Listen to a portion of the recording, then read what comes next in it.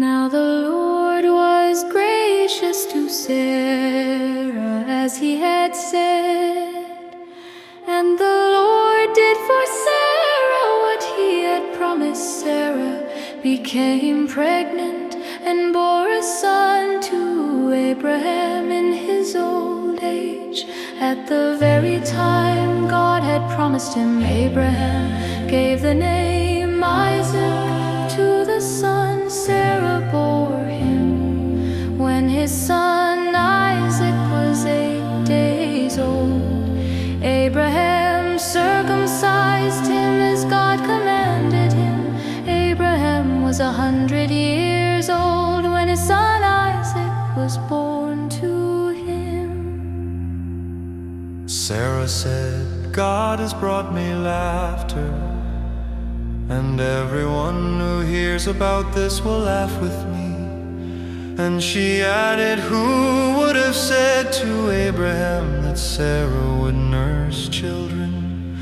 Yet I have borne him a son in his old age. The child grew and was weaned, and on the day Isaac was weaned, Abraham held a great feast. But Sarah saw that the son whom Hagar the Egyptian had borne to Abraham was mocking. And she said to Abraham, get rid of that slave woman and her son, for that woman's son will never share in the inheritance with my son Isaac. The matter distressed Abraham greatly because it concerned his son. But God said to him, do not be so distressed about the boy and your slave woman. Listen to whatever Sarah tells you, because it is through Isaac that your offspring will be reckoned. I will make the son of the slave into a nation also, because he is your offspring. Early the next morning, Abraham took some food and a skin of water and gave them to Hagar. He set them on her shoulders and then sent her off with the boy. She went on her way and wandered in the desert of Beersheba. When the water in the skin was gone, she put the boy under one of the bushes. Then she went off and sat down about a bough shot away, for she thought, I cannot watch the boy die.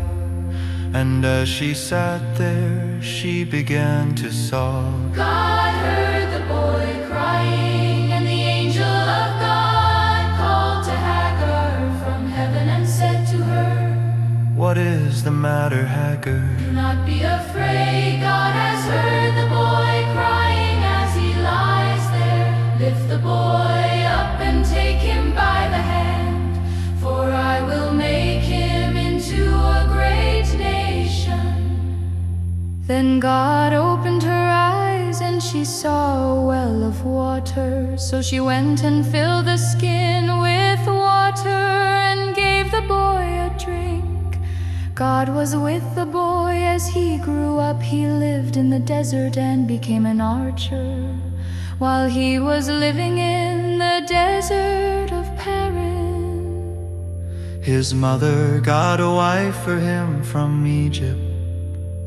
At that time Abimelech and Phicol, the commander of his forces, said to Abraham, God is with you in everything you do.